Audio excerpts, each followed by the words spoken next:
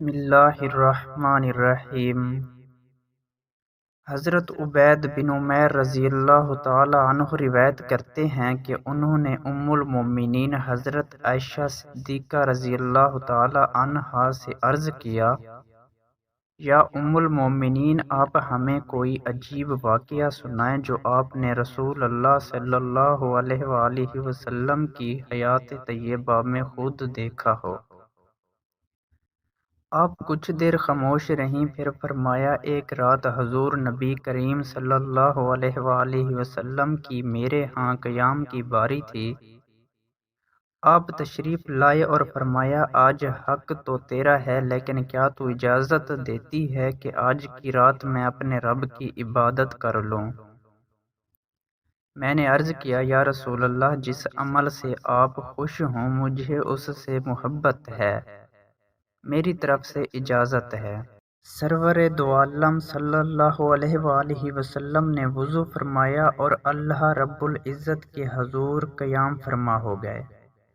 حضرت عائشہ رضی اللہ تعالی عنہا فرماتی ہیں، رب العزت کی قسم جس کے قبضہ قدرت میں میری جان ہے، میں نے دیکھا کہ آپ نماز ادا فرما رہے ہیں اور دوران نماز رو رہے ہیں۔ آنسو آپ کے چشمان مقدس سے جاری ہیں۔ تشہد کی حالت میں آپ اتنا روئے کہ آنسو آپ کی ریش مبارک سے گزر کر زمین پر گرنے لگے۔ ساری رات حضور نبی کریم صلی اللہ علیہ وآلہ وسلم کی آہ و بکا اسی طرح جاری رہی، یہاں تک کہ صبح ہو گئی اور حضرت بلال رضی اللہ تعالی عنہ نے جب حضور نبی اکرم صلی اللہ علیہ وآلہ وسلم کو گڑ گڑا کر گریہ وزاری کرتے دیکھا تو حیرت و استعجاب میں پوچھنے لگے، یا رسول اللہ، آپ طاہر اور مطہر ہیں، آپ کے صدقے تو ہم عاصیوں نے شفاعت کی خیرات حاصل کرنی ہے، لیکن آپ تو خود اتنا گریہ فرما رہے ہیں۔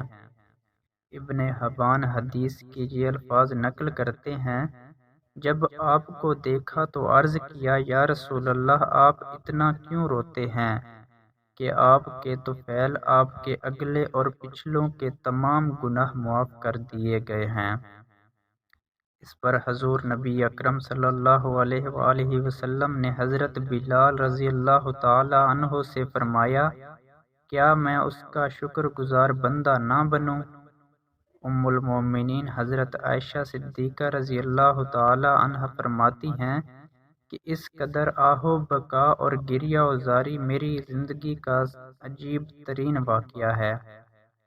آپ خود بھی خشیت الہی میں اکثر فرماتی، کاش میں انسان نہ ہوتی جس سے حساب لیا جائے گا، بلکہ میں درخت کے پتوں میں سے ایک پتا ہوتی جو گر کر بکھر گیا ہوتا، اڑ گیا ہوتا۔